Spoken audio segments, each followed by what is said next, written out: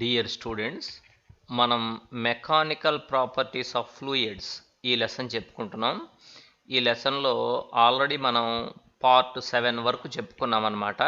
ఇప్పుడు మనం పార్ట్ 8 చెప్పుకోబోతున్నాం. ఇంతకుముందు నేను మీకు చెప్పిన క్లాస్లో బెర్నౌలీస్ థియరం అంటే చెప్పా. Important theorem.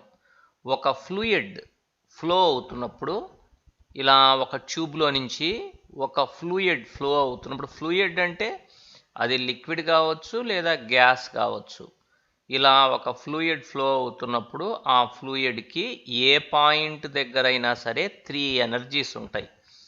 Potential energy and kinetic energy and pressure energy. 3 energies ఉంటాయి అన్నమాట. ఆ 3 ఎనర్జీస్ యొక్క సమ్ ఏ పాయింట్ దగ్గరైనా కూడా కాన్స్టెంట్గా ఉంటుంది. అంటే ఆ 3 ఎనర్జీ సమ్ ఏ అనే పాయింట్ దగ్గర 100 ఉందనుకోండి, 100 యూనిట్స్. బి అనే పాయింట్ దగ్గర కూడా ఆ 3 ఎనర్జీస్ యొక్క సమ్ 100 యూనిట్సే ఉంటుంది. అండ్ సమ్ మీరు ఇంకొక పాయింట్ తీసుకున్నా కూడా అక్కడ కూడా ఆ 3 ఎనర్జీస్ యొక్క సమ్ 100 యూనిట్సే ఉంటుందన్నమాట. కాబట్టి the some of these 3 energies is a constant. అదే కదా బెర్నౌలీస్ థియరం అంటే. మన P/ρ అంటే pressure energy per unit mass. V²/2 అంటే kinetic energy per unit mass. GH అంటే potential energy per unit mass. ఈ మూడిటి యొక్క సమ్ అనేది కాన్స్టెంట్గా ఉంటుంది. ఇదే బెర్నౌలీస్ థియరం. ఆల్రెడీ మనం ప్రూవ్ చేసాం.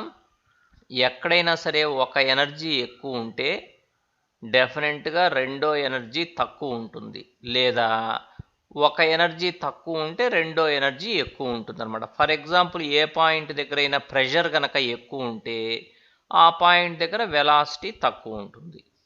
అలా కాకుండా వెలాసిటీ ఎక్కువ ఉంటే ప్రెషర్ తక్కువ ఉంటుంది అనమాట. సో అది మనకు చాలా ఇంపార్టెంట్. ఇది మనం బెర్నౌలీస్ థియరాన్ని గురించి నేర్చుకున్నాం ఆల్రెడీ. ఇప్పుడు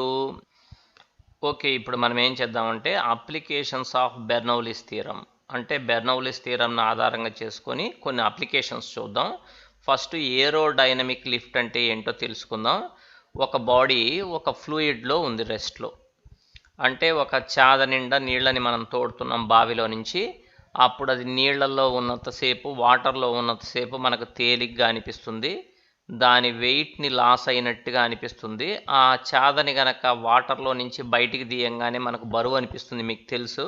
అంటే అది వాటర్లో ఇమ్మర్స్ అయి ఉన్నంతసేపు కూడా దాని మీద ఒక ఫోర్స్ పైకి పనిచేస్తుంది. దాన్ని ఉత్ప్లవనం అంటారు తెలుగులో. ఇంగ్లీష్లో ఫోర్స్ ఆఫ్ బయాన్సీ అంటారు. సో ఒక బాడీ కనుక ఫ్లూయిడ్లో రెస్ట్లో ఉంటే ఆ బాడీ మీద పైకి పనిచేస్తుంది ఫోర్సు. అలాంటి ఫోర్స్ని స్టాటిక్ లిఫ్ట్ అంటారు. స్టాటిక్ లిఫ్ట్ అంటే బాడీ ఫ్లూయిడ్లో రెస్ట్లో ఉన్నప్పుడు దాని మీద పనిచేసే ఫోర్సు. అదే ఒక బాడీ ఫ్లూయిడ్లో మోషన్లో ఉందనుకోండి, అప్పుడు కూడా దాని మీద పైకి పనిచేస్తుంది లిఫ్ట్ అనేది. దాన్ని డైనమిక్ లిఫ్ట్ అంటారు. డైనమిక్ లిఫ్ట్ అంటే ఆ బాడీ యొక్క మోషన్ వల్ల దాని మీద పైకి పనిచేసేటువంటి లిఫ్ట్ అంటే ఫోర్స్, డైనమిక్ లిఫ్ట్ అంటారు. అదే బాడీ ఎయిర్లో మోషన్లో ఉందనుకోండి, అలాంటప్పుడు దాని మీద పైకి పనిచేసేటువంటి లిఫ్ట్ను ఏరోడైనమిక్ లిఫ్ట్ అంటారనమాట. ఇవన్నీ కూడా మనం బెర్నౌలీస్ థియరంను ఆధారంగా చేసుకొని ఎక్స్ప్లెయిన్ చేయొచ్చు. సో ఇప్పుడు నేను మీకు చెప్పింది ఏంటి, ఒక బాడీ ఫ్లూయిడ్లో రెస్ట్లో ఉంటే దాని మీద పైకి పనిచేసేటువంటి లిఫ్ట్ను స్టాటిక్ లిఫ్ట్ అంటారు. ఒక బాడీ ఫ్లూయిడ్లో మోషన్లో ఉంటే దాని మీద పైకి పనిచేసేటువంటి లిఫ్ట్ను డైనమిక్ లిఫ్ట్ అంటారు. అదే ఒక బాడీ ఫ్లూయిడ్లో కాదు, ఎయిర్లో, పర్టికులర్గా ఎయిర్లో మోషన్లో ఉంటే దాని మీద పనిచేసేటువంటి లిఫ్ట్ను ఏరోడైనమిక్ లిఫ్ట్ అంటారు అనమాట. ఓకేనా? రైట్. ఇప్పుడు motion of A spinning ball, ఒక స్పిన్నింగ్ బాల్ని గురించి ఇప్పుడు మనం నేర్చుకుందాం. జాగ్రత్తగా చూడండి. Motion of A spinning ball, దీన్నే మ్యాగ్నస్ ఎఫెక్ట్ అంటారు. ఈ కేసుల్ని మనం జాగ్రత్తగా పరిశీలిద్దాం. Consider A ball at rest in air. ఇవంతా కూడా ఎయిర్ అనమాట. ఇవి స్ట్రీమ్ లైన్స్. స్ట్రీమ్ లైన్స్ అంటే ధారలు, నీటి యొక్క ధారలు లాగానే ఎయిర్లో కూడా ధారలు ఉంటాయి, మనకు కనపడవు. వాటిని స్ట్రీమ్ లైన్స్ అంటారనమాట. అవన్నీ నార్మల్గా యూనిఫామ్గా ఉంటాయి. ఇట్లా వెళ్తున్నది అనమాట ఎయిర్. స్ట్రీమ్ లైన్స్ ఇటు ఉంది, వెలాసిటీ ఇటు ఉందన్నమాట. ఓకే, దాని మధ్యలో ఒక బాల్ ఉంది. ఆ బాల్ ఎట్లా ఉందంటే రెస్ట్లో ఉంది. This is like a immersing a body in a fluid. ఇది దేనికి ఎగ్జాంపుల్ అంటే ఒక ఫ్లూయిడ్లో ఒక బాడీ ఇమ్మర్స్ అయినట్టు, అంటే బావిలో ఉన్న నీళ్లలో చాద మునిగినట్టు అనమాట.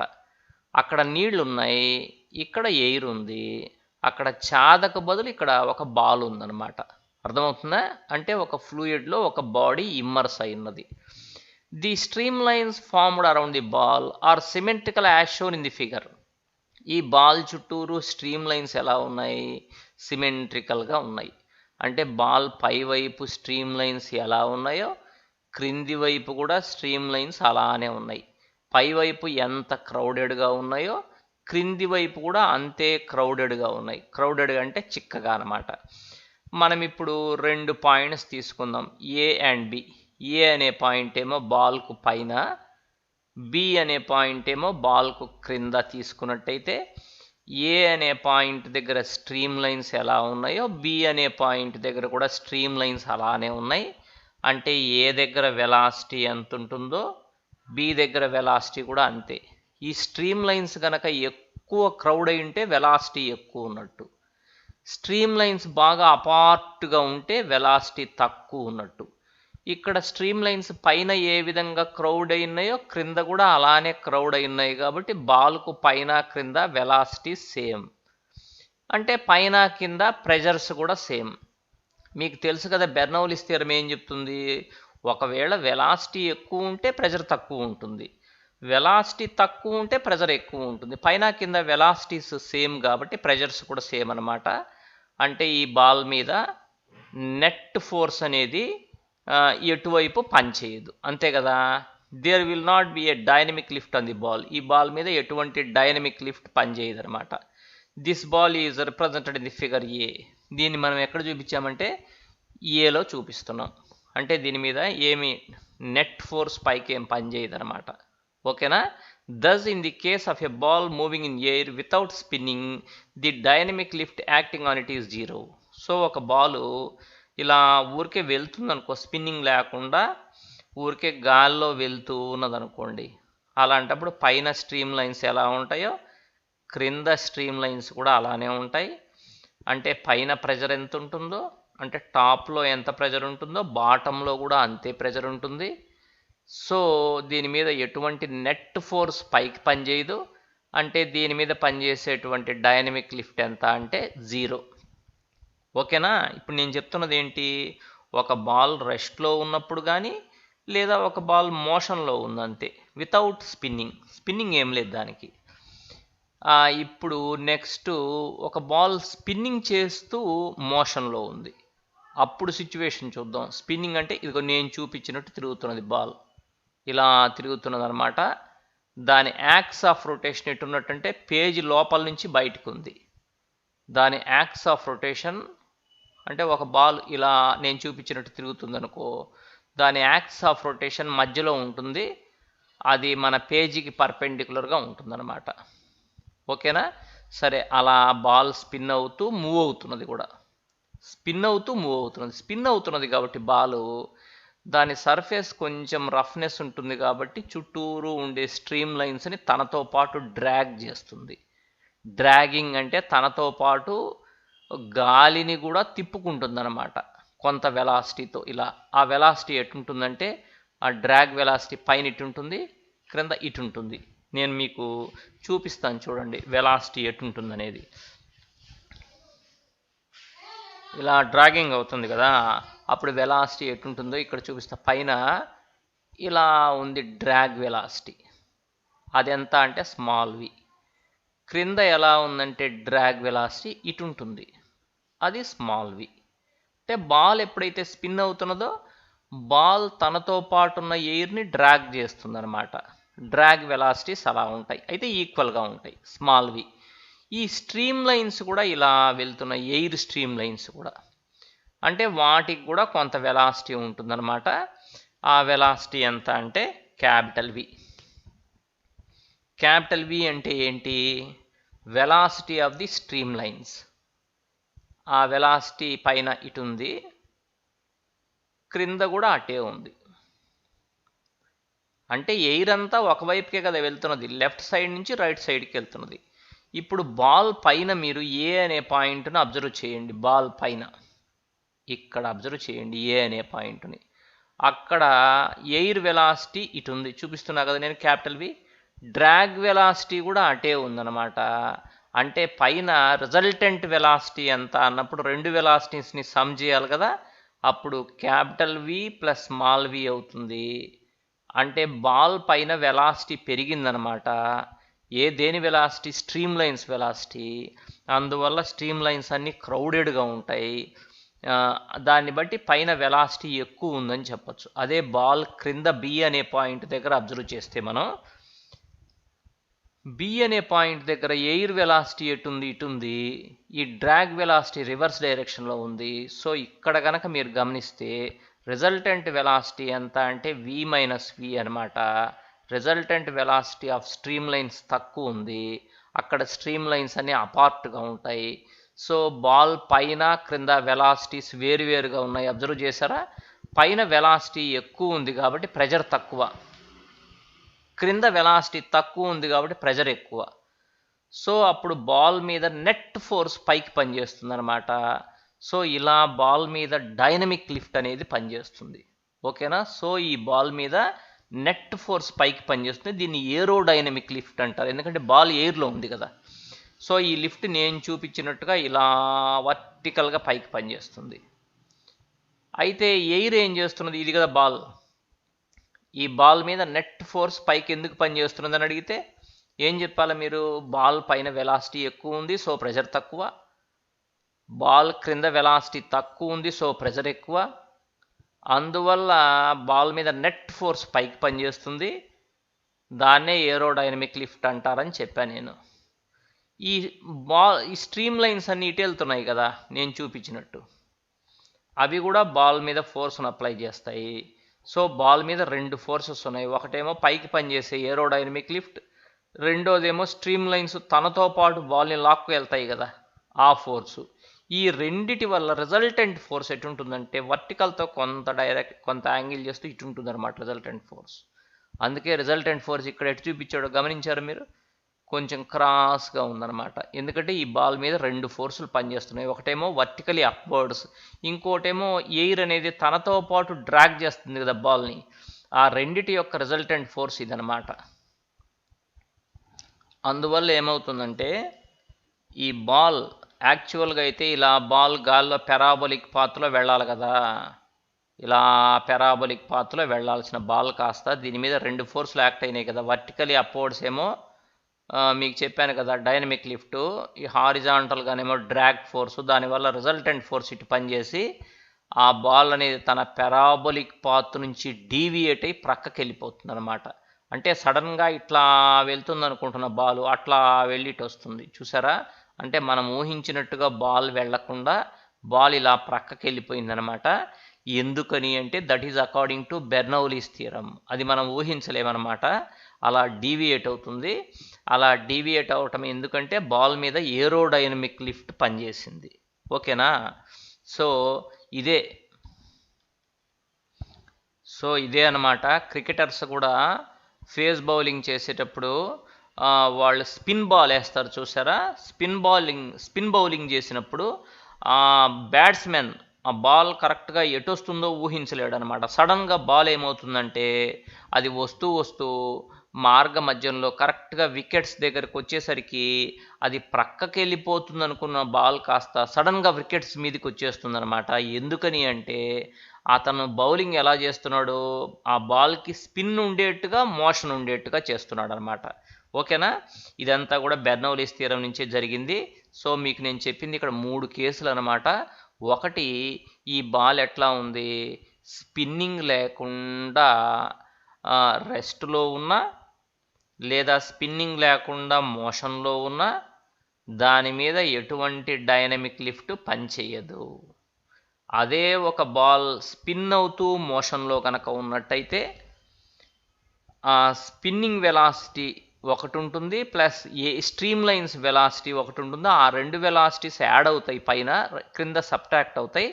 అదే కనుక స్పిన్ డైరెక్షన్ని మార్చామనుకోండి, ఇట్లా తిప్పామనుకోండి బాల్ని, అప్పుడు పైన వెలాసిటీ v మైనస్ v అయ్యి క్రింద వెలాసిటీ v ప్లస్ v అయ్యి పైనుంచి క్రింది వైపుకు ఫోర్స్ పనిచేస్తుంది. అర్థమవుతుందా? అప్పుడు బాల్ క్రిందికి నెట్టబడుతుంది. అదే స్పిన్ని యాక్స్ ఆఫ్ రొటేషన్ మార్చామనుకో, అంటే ఇట్లా పైనుంచి క్రిందకి, క్రింద నుంచి పైకి కాకుండా ప్రక్కకు తిప్పామనుకో, అప్పుడు బాల్ సైడ్ వైజ్ డీవియేట్ అవుతుంది అనమాట. గమనిస్తున్నారా మీరు? సో బాల్ ఎటు డీవియేట్ అవుతుంది, పైకా లేకపోతే క్రిందికా లేకపోతే సైడ్ వైజ్ డీవియేట్ అవుతుందా అనేది నువ్వు తిప్పే స్పిన్ డైరెక్షన్ బట్టి ఉంటుంది. నేను చూపించినట్టుగా ఇలా స్పిన్ తిప్పితేనేమో బాల్ పైకి డీవియేట్ అవుతుంది, రివర్స్ డైరెక్షన్లో తిప్పితేనేమో బాల్ క్రిందికి డీవియేట్ అవుతుంది.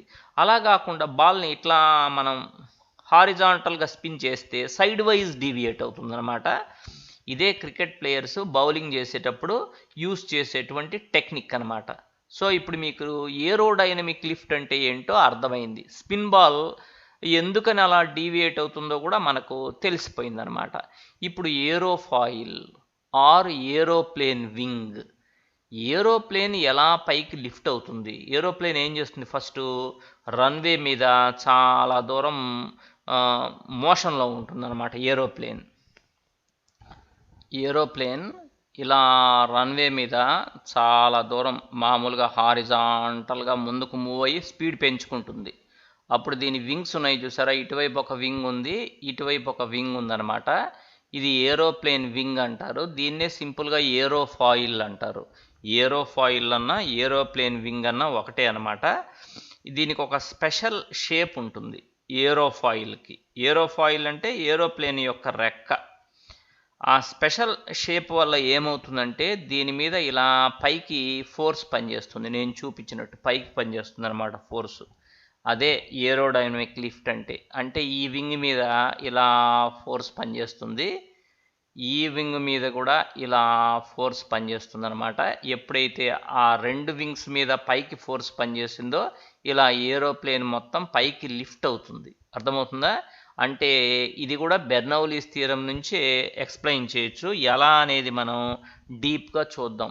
ఇప్పుడు నేను చూపిస్తున్నాను చూసారా, ఇదే కదా ఏరోఫాయిల్ అంటే, ఏరోప్లేన్ యొక్క రెక్క అని చెప్పాను కదా. ఇటువైపు కూడా ఒక ఏరోఫాయిల్ ఉంది. ఏదో ఒకదాన్ని మనం ఎగ్జాంపుల్గా తీసుకొని చూద్దాం. ఇటు సైడ్ నుంచి చూద్దాం దీన్ని. చూడండి, the dynamic lift in the case of A moving spinning ball arises due to the circulation of air around it. ఒక స్పిన్నింగ్ బాల్కి డైనమిక్ లిఫ్ట్ అనేది దేనివల్ల వచ్చిందంటే, ఆ స్పిన్నింగ్ బాల్ తిరుగుతూ అంటే స్పిన్ అవుతూ మూవ్ అవటం వల్ల దానికి డైనమిక్ లిఫ్ట్ వచ్చిందని చెప్పుకున్నాం. అదే బాల్ కనుక జస్ట్ మూవ్ అవుతూ స్పిన్ కాకపోతే దానికి డైనమిక్ లిఫ్ట్ రాదు, దాని మీద ఎటువంటి ఫోర్సు పైకి పనిచేయదు. ఆ బాల్ మూవ్ అవుతున్నది ప్లస్ స్పిన్ అవుతున్నది కాబట్టి దాని మీద పైకి డైనమిక్ లిఫ్ట్ పనిచేసింది. ఇప్పుడు అట్లా కాకుండా in the case of an aerial flight, the dynamic lift is achieved by giving proper shape to the wings of the aeroplane. Aeroplane యొక్క వింగ్స్ ఉన్నాయి చూసారా, రెక్కలు, వాటికి ఒక ప్రత్యేకమైన ఆకారంతో తయారు చేస్తారనమాట. దానివల్లనే దాని మీద ఏరో డైనమిక్ లిఫ్ట్ అనేది పనిచేస్తుంది. And also by properly orienting them during it's motion in air. ఆ ఏరోప్లేన్ వింగ్ని క్రాస్గా పెట్టాలన్నమాట. ఏరోప్లేన్ ఎలా క్రాస్గా చూసారా, ఇది కొంచెం క్రాస్గా లిఫ్ట్ పైకి ఎగురుతున్నది అంటే కొంచెం అట్లా వస్తుందన్నమాట పైకి ఎగిరేడు నేల మీద నుంచి. నేల ఇట్లా ఉందనుకోండి గ్రౌండ్, అది అట్లా క్రాస్గా ఉంటుంది. అంటే దానికి పైకి పనిచేసే ఫోర్స్నే కదా మనం ఏరోడైనమిక్ లిఫ్ట్ అనేది.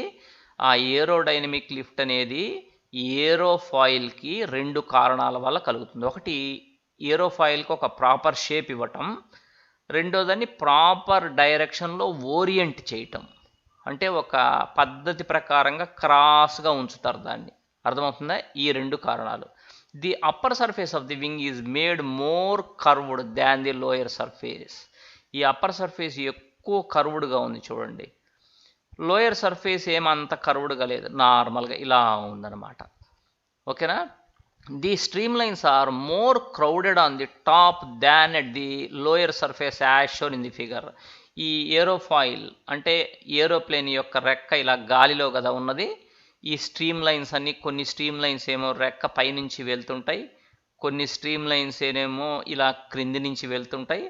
దీనికి ఉన్నటువంటి ఈ స్పెషల్ షేప్ వల్ల పైనుంచి పోయేటువంటి స్ట్రీమ్ లైన్స్ అన్ని నొక్కబడ్డాయి, అంటే క్రౌడెడ్ అయినాయి అనమాట. అక్కడ వెలాసిటీ ఎక్కువ ఉంది, సో ప్రెషర్ తక్కువ ఉంది. మరి క్రింద ఇక్కడ చూసారా గ్యాప్ వచ్చేసింది, అంటే స్ట్రీమ్ లైన్స్ అన్ని అపార్ట్గా ఉన్నాయి, సో వెలాసిటీ తక్కువ ఉంది, ప్రెషర్ ఎక్కువ ఉంది. సో దీనివల్ల ఏమైంది, పైన ప్రెషర్ తక్కువ, కింద ప్రెషర్ ఎక్కువ, కాబట్టి దీని మీద నెట్ ఫోర్స్ పైకి పనిచేసి దీని మీద ఏరోడైనమిక్ లిఫ్ట్ పనిచేస్తుంది అనమాట. అది నిటారుగా ఇలా పైకి ఉంటుంది. కానీ స్ట్రీమ్ లైన్స్ దీన్ని ఇట్లా హారిజాంటల్గా డ్రాగ్ చేస్తాయి కదా తన డైరెక్షన్లో. అందువల్ల నెట్ ఫోర్స్ ఎట్టుంటుందంటే క్రాస్గా ఇలా ఉంటుంది, రిజల్టెంట్ ఫోర్స్. నేను ఇందాక మీకు చూపించానుగా అలానే మళ్ళీ ఇప్పుడు దీని మీద ఇలా ఏరో డైనమిక్ లిఫ్ట్ ఏమో ఇట్లా నిటారుగా పైకి పనిచేస్తుంది. ఈ స్ట్రీమ్ లైన్స్ డ్రాగ్ ఫోర్స్ని అప్లై చేస్తాయి కదా, అంటే తన డైరెక్షన్లో రెక్కని లాక్కుపోవడానికి ఆ ఫోర్స్ ఇటు ఉంటుంది. అందువల్ల ఏరోఫాయిల్ మీద రిజల్టెంట్ ఫోర్స్ ఇట్లా క్రాస్గా పనిచేస్తుంది అనమాట. దాన్ని బట్టే పైలట్ దాన్ని దృష్టిలో పెట్టుకొని ఏరోప్లేన్ని పైకి లిఫ్ట్ చేసేట్టు చూసుకుంటాడు అనమాట. ఇదంతా కూడా దేని ప్రకారము, according to Bernoulli's theorem, the pressure at the upper surface of the wing has to be less. పైన లెస్, ఎందుకంటే వెలాసిటీ మోర్ కదా, సో ప్రెజర్ లెస్. కింద వెలాసిటీ లెస్ కదా, ప్రెజర్ మోర్. అందువల్ల ఇలా పైకి ఏరోప్లేన్ అనేది లిఫ్ట్ అవుతుందన్నమాట. This is according to Bernoulli's theorem. Okay, అర్థమైందా మీకు? కాబట్టి ఏరోప్లేన్ పైకి ఎందుకు లిఫ్ట్ అవుతుంది అంటే దాని మీద పనిచేసేది ఏరోడైనమిక్ లిఫ్ట్. దానికి రెండు కారణాలు. ఒకటి, ఈ ఏరోప్లేన్ వింగ్కు ఒక ప్రాపర్ షేప్ ఇవ్వటం, అంటే ప్రాపర్ షేప్ అంటే పైన మోర్ కర్వ్డ్, క్రింద లెస్ కర్వ్డ్, అదే ప్రాపర్ షేప్. తర్వాత దీన్ని ప్రాపర్గా ఓరియంట్ చేయటం, గాలిలో క్రాస్గా ఉంచడం వల్ల పైన ఏమో క్రౌడెడ్గా ఉంటాయి, ప్రెజర్ లెస్, క్రిందేమో బాగా అపార్ట్గా ఉంటాయి స్ట్రీమ్ లైన్స్, ప్రెషర్ మోర్. అందువల్ల దీని మీద నెట్ ఫోర్స్ పైకి పనిచేస్తుంది, అదే ఏరోడైనమిక్ లిఫ్ట్ అంటే. అందువల్లనే ఈ ఫ్లైట్ ఇలా పైకి లేస్తుంది అనమాట. అర్థమవుతుందా? ఓకే. ఇప్పుడు next roof of A house. కొన్నిసార్లు మీరు ఇళ్ల యొక్క పైకప్పులు గాలిలో ఎగిరిపోతుండటాన్ని చూసే ఉంటారు. ఇక్కడ చూసారా, ఇది ఒక చిన్న రేకుల ఇల్లు లేకపోతే పెంకుటిల్లు, అంటే పెద్ద స్లాబ్ వేసిన ఇల్లు కాదు ఇది. ఇప్పుడు బాగా బయట బలంగా గాలి వీస్తున్నది ఒక్కొక్క రోజు, సమ్ తుఫాన్ వచ్చింది అనుకోండి, అప్పుడు బాగా బలంగా ఫోర్స్గా గాలి వీస్తున్నది కాబట్టి వెలాసిటీ ఎక్కువ ఉంటుంది, స్ట్రీమ్ లైన్స్ అన్నీ క్రౌడెడ్గా ఉంటాయి పైన. మరి ఇంటి లోపల నార్మల్గా ఏం గాలి అంత వీయదు కదా, అందుకని లోపల ప్రెజర్ అట్మాస్ఫియరిక్ ప్రెజరే ఉంటుంది. సో ఈ రేకుల క్రింది భాగాన, అంటే ఇంటి లోపల నార్మల్ ప్రెషర్ ఉంది, రేకుల పై భాగాన మాత్రం వెలాసిటీ ఎక్కువైంది కాబట్టి ప్రెషర్ తగ్గిపోయింది. అందువల్ల ఈ రూఫ్ మీద నెట్ ఫోర్స్ పైకి పనిచేసి సడన్గా ఈ రూఫ్ ఇలా పైకి లేస్తుందన్నమాట. ఈ ఎయిర్ ఏం చేస్తుంది, తనతో పాటు ఆ రూఫ్ని తీసుకెళ్ళిపోతుంది కాబట్టి ఎయిర్ డ్రాగ్ చేస్తుంది అనమాట రూఫ్ని. ఇక్కడి నుంచి ఇట్లా పైకి లేచిన రూఫ్ కాస్త ఎక్కడో పోయి ఇక్కడ పడిపోతుంది అనమాట. This is also due to Bernoulli's theorem. దేనివల్ల ఇది? బెర్నౌల్లిస్ థియరం వల్లనే ఇలా జరిగింది. అర్థమైంది మీకు? ఏం చెప్పాను నేను? ఈ రూఫ్ క్రింది భాగాన, అంటే గది లోపల నార్మల్ ప్రెషర్ ఉంటుంది, రూఫ్ పై భాగాన ఎయిర్ బాగా ఫాస్ట్గా బ్లో అవుతున్నది కాబట్టి ఎయిర్ వెలాసిటీ ఎక్కువ, ప్రెషర్ తక్కువ. బెర్నౌల్లిస్ థియరం అదేగా చెప్పింది. సో ఈ రూఫ్ పైన ప్రెషర్ తక్కువ, కింద ప్రెషర్ ఎక్కువ కాబట్టి నెట్ ఫోర్స్ పైకి ఉంటుంది కాబట్టి ఈ రూఫ్ అనేది పైకి వెళ్తుంది. ఈ ఎయిర్ ఏం చేస్తుందంటే రూఫ్ని డ్రాగ్ చేస్తుంది కాబట్టి తనతో పాటు తీసుకెళ్ళిపోతుంది, దూరంగా భయపడిపోతుంది అనమాట. ఇదంతా కూడా బెర్నౌల్లిస్ థియరం వల్లనే జరిగింది. ఓకేనా? Next, attraction of two suspended balls. When air is blown between the suspended balls, they come closer. ఇదంతా కూడా బెర్నౌల్లిస్ థియరం నుంచే మనం చెప్పచ్చు. ఎలా? నేను ఇక్కడ చూపిస్తాను చూడండి మీకు. ఇక్కడ ఒక రిజిడ్ సపోర్ట్ ఉంది, ఇది రిజిడ్ సపోర్ట్. ఇక్కడ ఒక బాల్ని సస్పెండ్ చేసాం, ఇక్కడ కూడా ఒక బాల్ని సస్పెండ్ చేసాం, ఈ మధ్యలో నుంచి బాగా ఎయిర్ బ్లో అయ్యేటట్టుగా చేసాం. ఎప్పుడైతే ఇక్కడ ఎయిర్ ఫాస్ట్గా బ్లో అవుతుందో స్ట్రీమ్ లైన్స్ అన్ని క్రౌడెడ్గా ఉంటాయి, ఇక్కడ ప్రెజర్ తక్కువ. ఇటు సైడ్ ప్రెజర్ ఎక్కువ ఉంటుంది కాబట్టి ఈ బాల్ మీద, ఏ అనే బాల్ మీద ఫోర్స్ ప్రెజర్ ఎక్కువ ఉన్న సైడ్ నుంచి తక్కువ ఉన్న సైడ్కి అంటే ఇటు పనిచేస్తుంది. ఈ బాల్ పేరు బి అనుకోండి, బి అనే బాల్ వెనక కూడా ప్రెజర్ ఎక్కువ ఉంది, ఇటువైపు ప్రెజర్ తక్కువ ఉంది కాబట్టి దీని మీద కూడా ఫోర్స్ ఇటు పనిచేస్తుంది. రెండు బాల్స్ దగ్గరికి వస్తాయి అనమాట, రెండు అట్రాక్ట్ అవుతున్నాయేమో అనిపిస్తుంది అనమాట. This is also due to Bernoulli's theorem. అంటే ఈ బాల్స్ రెండు ఒకదాన్ని ఒకటి అట్రాక్ట్ చేసుకున్నట్టుగా ఉంటాయి. ఎప్పుడు ఆ బాల్స్ మధ్యలో నుంచి మనం ఫాస్ట్గా ఎయిర్ని బ్లో చేస్తే అప్పుడు ఈ బాల్, ఏ అనే బాల్ ఇటువైపుకు జరుగుతుంది, బి అనే బాల్ కూడా ఇటే జరిగి రెండు దగ్గరికి వచ్చి ఒకదాన్నొకటి అట్రాక్ట్ చేసుకున్నాయేమో అనిపిస్తుంది అనమాట. This is also due to Bernoulli's theorem. ఓకేనా? అలానే చూడండి, ఇది ఒక మూవింగ్ ట్రైన్ అనమాట, ప్లాట్ఫామ్ మీదకి వస్తున్నది. ఇది ఫాస్ట్గా వెళ్తున్నది ఈ మూవింగ్ ట్రైన్, ఆగటంలా ఇది ప్లాట్ఫారంలో. ఆ స్టేషన్లో దీనికి స్టాప్ లేదు. ఇక్కడ ఉండే పాసింజర్స్ అంతా కూడా ట్రైన్కు దగ్గరగా ఉన్నారు. ఒక్కొక్కసారి సరదా కోసం అని చెప్పి ఈ మూవింగ్ ట్రైన్కు చాలా దగ్గరలో నిల్చుంటుంటారు కొంతమంది. యాక్చువల్గా ఏమవుతుందంటే ఈ ట్రైన్ ఫాస్ట్గా వెళ్తున్నది కదా, తన దగ్గర ఉన్న ఎయిర్ని కూడా తనతో పాటు డ్రాగ్ చేస్తుంది, ఇట్లా తనతో పాటు డ్రాగ్ చేసుకుంటూ వెళ్తుంటుంది అనమాట. అంటే ట్రైన్ని ఆనుకొని ఎయిర్ చాలా ఫాస్ట్గా వెళ్తుంటుంది, అంటే స్ట్రీమ్ లైన్స్ అన్ని క్రౌడెడ్గా ఉంటాయి. ఫర్ ఎగ్జాంపుల్కి ఈ పర్సన్ ముందు, అంటే ట్రైన్కు ఈ పర్సన్కి మధ్యలో స్ట్రీమ్ లైన్స్ అన్ని క్రౌడెడ్గా ఉంటాయి, ఎందుకంటే ఈ ట్రైన్తో పాటు అవి కూడా వెళ్తుంటాయి కాబట్టి. ఈ పర్సన్ వెనక స్ట్రీమ్ లైన్స్ అపార్ట్గా ఉంటాయి. అట్లాంటప్పుడు ఏమవుతుంది, ఈ పర్సన్ ముందు స్ట్రీమ్ లైన్స్ వెలాసిటీ ఎక్కువ కాబట్టి ప్రెజర్ తక్కువ, ఈ పర్సన్ వెనక స్ట్రీమ్ లైన్స్ వెలాసిటీ తక్కువ కాబట్టి ప్రెజర్ ఎక్కువ. అందువల్ల ఏమవుతుందంటే సడన్గా ఈ పర్సన్ మీద ఒక ఫోర్స్ పనిచేసి ట్రైన్ వైపు ఇలా లాగుతుంది ఫోర్సు. అప్పుడు ఏమవుతాడంటే ఈ పర్సన్ ట్రైన్ వైపుకు సడన్గా లాగబడే అవకాశం ఉంది, ఆ ఫోర్స్ ఇటు పనిచేస్తుంది అనమాట. అదే సిచ్యువేషను, ఇదే పర్సన్ కనుక ట్రైన్కు చాలా దగ్గరలో ఉన్నాడు అనుకో, ఇక్కడ ఉన్నాడు అనుకో ఈ పర్సన్, అప్పుడు ఏమవుతుంది, ఇక్కడేమో ప్రెజర్ ఎక్కువ ఉంటుంది ఏ అనే పాయింట్ దగ్గర, వెలాసిటీ ఎక్కువ ఉంటుంది కాబట్టి ప్రెజర్ తక్కువ. ఈ బి అనే పాయింట్ దగ్గర వెలాసిటీ తక్కువ కాబట్టి ప్రెజర్ ఎక్కువ. సో ఈ పర్సన్ మీద ఫోర్స్ అనేది ట్రైన్ వైపుకి పనిచేసి సడన్గా ట్రైన్ కింద పడిపోయే అవకాశం ఉంది. అతను ఎంత జాగ్రత్తగా ఉన్నా కూడా అట్లా పడిపోయేదానికి ఛాన్స్ ఉంది. కాబట్టి ఎవ్వరు కూడా ట్రైన్కు మరింత దగ్గరలో నిల్చోకూడదు మూవింగ్ ట్రైన్కు, ఎందుకంటే బెర్నౌలీస్ థియరం వల్ల అతను ట్రైన్ వైపుకు లాగబడే అవకాశం ఉంది. అందుకనే మీరు గమనించండి, ఒక లారీ వెళ్తున్నప్పుడు లారీ వెంబడి చిన్న చిన్న కాగితాలన్నీ వెళ్తుంటాయి చూడండి, ఆ కాగితాలన్నీ ఆ మూవింగ్ లారీ వైపు లాగబడ్డాయి అన్నమాట. That is all due to Bernoulli's theorem. ఇలా బెర్నౌలీస్ థియరంకి చాలా అప్లికేషన్స్ చెప్పచ్చు అనమాట. ఒక కైట్ గాలిపటం పైన ఎగరటం కూడా that is also due to Bernoulli's theorem. కాబట్టి బెర్నౌలీస్ థియరంకు చాలా అప్లికేషన్స్ ఉన్నాయి, మీరు కూడా జాగ్రత్తగా చూడండి. ఓకేనా? ఇంకొన్ని అప్లికేషన్స్ నేను మీకు నెక్స్ట్ క్లాస్లో చెప్తాను. ఇంకొక ముఖ్యమైన విషయం ఏంటంటే ఇంటర్మీడియట్ ఫస్ట్ ఇయర్కి సంబంధించి ఎక్కువ మంది చూసినా కూడా సింపుల్గా ఏదైనా లైక్ చేయటం, షేర్ చేయటం చేస్తే నాకు కూడా ఎంకరేజ్మెంట్గా ఉంటుంది. మీరు అలా ఎక్కువ చేయకపోతే నేను ఇంటర్మీడియట్ ఫస్ట్ ఇయర్కి సంబంధించిన లెసన్స్ ఎక్కువ చెప్పకుండా ఆపేస్తా. సో మీరు కూడా మీ ఎంకరేజ్మెంట్ని మీరు లైక్స్ చేయటం, షేర్ చేయటం ద్వారా చూపిస్తారని నేను కోరుకుంటున్నాను. ఓకేనా? రైట్.